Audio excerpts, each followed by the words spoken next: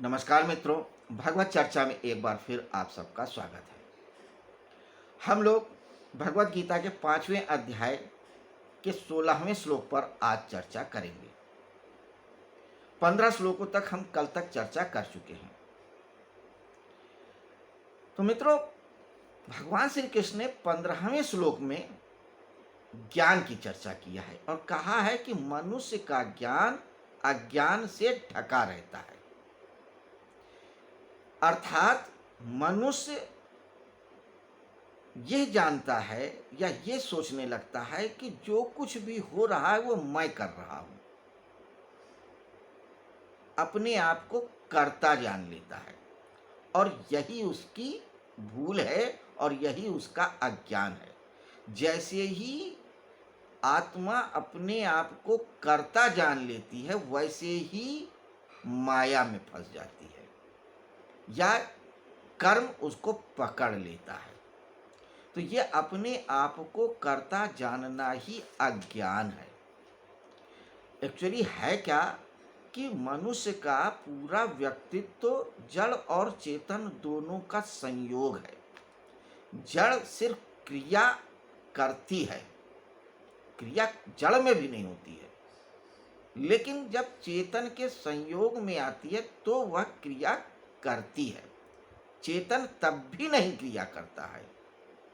चेतन में सिर्फ इतना परिवर्तन आता है कि उसको यह लगने लगता है कि मैं कर्ता हो गया। जड़ क्रिया नहीं करती, लेकिन चेतन के साथ जुड़ करके वह क्रिया करने लगती है। उसके अंदर एक स्पंदन आ जाता है, हल्का सा क्रिया होती है।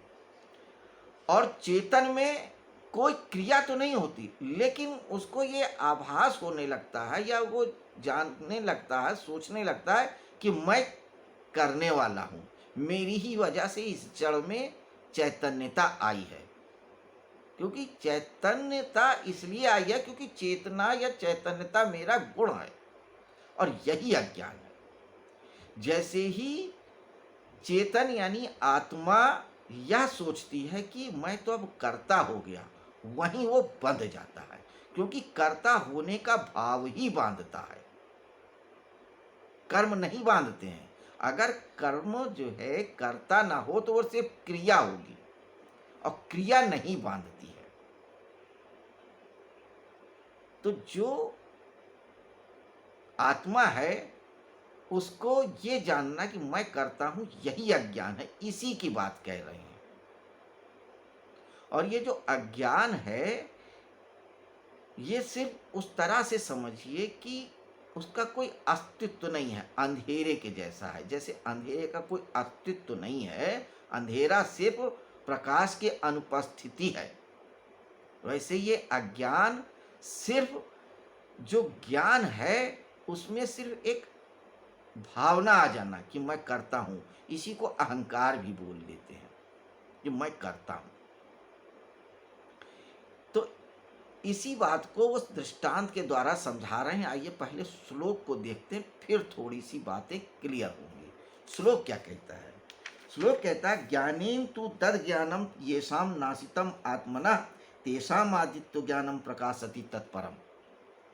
परंतु जिन्होंने जिस ज्ञान के द्वारा उस अज्ञान का नाश कर दिया है, उनका वह ज्ञान सूर्य की तरह परम तत्व परमात्मा को प्रकाशित कर देता है। जिन्होंने अपने जिस ज्ञान के द्वारा, तू का मतलब उस अज्ञान को, जिसकी चर्चा उन्होंने 15वें श्लोक में करी, या ये भाव कि मैं करता हूं, उस अज्ञान को जब कर्ता यानी कि कोई भी मनुष्य किसी भी विधि से खत्म कर देता है तो उसके अंदर का जो प्रकाश है वो स्वयं बाहर आ जाता है, जैसे सूर्य। तो सूर्य भी कहीं जाता नहीं है, वह हमेशा खिला ही हुआ है। हम आंख बंद कर लेते हैं या पृथ्वी घूमते घूमते इस एंगल में आ जाती है कि सूर्य की किरणें नहीं आ पाती हैं, या हम पर्दा खींच लेते हैं या दरवाज़ा बंद करके बैठ जाते हैं। इसका यह मतलब नहीं कि प्रकाश कहीं चला गया है, सूरज कहीं चला गया, सूरज वहीं है, से हमने आंखें बंद कर लिया है। बात इतनी सी है। तो प्रकाशित हो जाता है। ज्ञान है ही है, सिर्फ होश आ जाता है। इसीलिए जो ज्ञान को उपलब्ध हो जाते हैं उनको बुद्ध कहा जाता है। बुद्ध का मतलब कि बोध हो गया, उनको स्मरण आ गया कि चेतन करता नहीं होता है और जड़ भी कुछ नहीं करती है, सिर्फ जड़ और चेतन का संयोग ही भासता है, या ऐसा लगता है कि कर रहा है चेतन। यही अज्ञान है। इसीलिए बार बार कृष्ण कहते हैं अकर्म में उतरो, क्योंकि तुम कुछ कर ही नहीं रहे हो। कर तो सिर्फ प्रकृति रही है, वो भी चेतन के संयोग से। तो शिव सूत्र में कहा भी गया चैतन्यम आत्मा। चैतन्य, चैतन्य का मतलब चेतना, जानना। तो जो जानता है वही आत्मा है। तो जानना ही आत्मा है, आप कह सकते हो। तो ज्ञान ही आत्मा है। तो चैतन्य सिर्फ जानने का एक भाव है, और इसको जब हम किसी भी विधि से स्मरण कर लेते हैं तो हम कर्ता के भाव से मुक्त हो जाते हैं, हमेशा हमेशा के लिए अपने स्वरूप में स्थित हो जाते हैं। तब हमारे अंदर कोई अंधकार नहीं रहता, कोई अज्ञान नहीं रहता। तब सिर्फ हम रहते हैं शुद्ध और शुद्ध चैतन्य।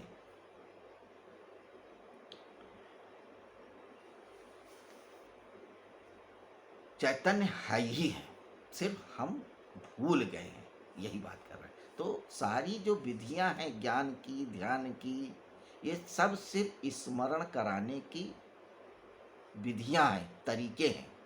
यहाँ तक कि भगवत गीता में 18वें अध्याय में जाकर के भगवान श्री कृष्ण जब अर्जुन से पूछा है, क्या तुम्हें कुछ समझ में आया, क्या तुमने मेरी बातें सुनी? तब महात्मा अर्जुन कहते, बिल्कुल मेरा अज्ञान हट गया है, मुझे सब कुछ स्मरण आ गया है। तो एक्चुअली ज्ञान का अर्थ ही है स्मरण हो जाना, कि हम जड़ और चैतन्य के योग हैं।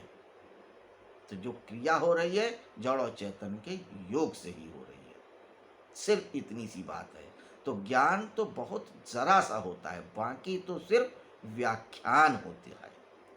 इसीलिए बार बार कहा जा रहा है कि अगर व्यक्ति भगवत गीता के एक श्लोक को भी अपने जीवन में उतार ले तो उसके जीवन का सारा अज्ञान नष्ट हो जाएगा।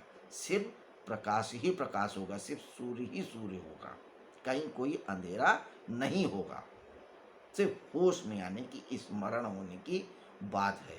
तो ये जो विधियां हैं, कर्म योग, ज्ञान योग, भक्ति योग, लय योग, हठ योग, सारी की सारी सिर्फ स्मरण होने की विधियां हैं, होश में रहने की विधि है।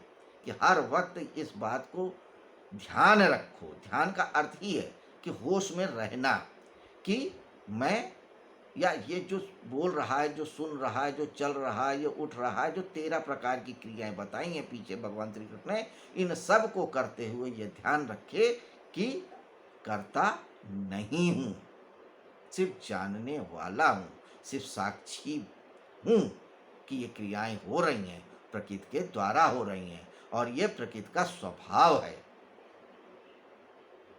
तो ये सब कुछ प्रकृति स्वरूपा ही है, और ये अपने गुणों के हिसाब से बरत रही है। तो गुणा गुणेश वर्तन्ते।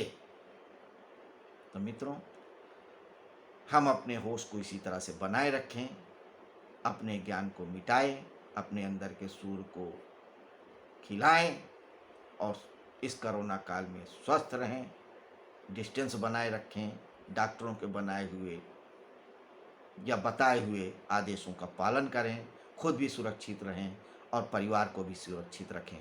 इन्हीं कामनाओं के साथ आज फिर आपसे आज्ञा चाहूँगा। कल फिर इसी वक्त हाजिर रहूँगा नए श्लोक के साथ, नई चर्चा के साथ। प्रणाम।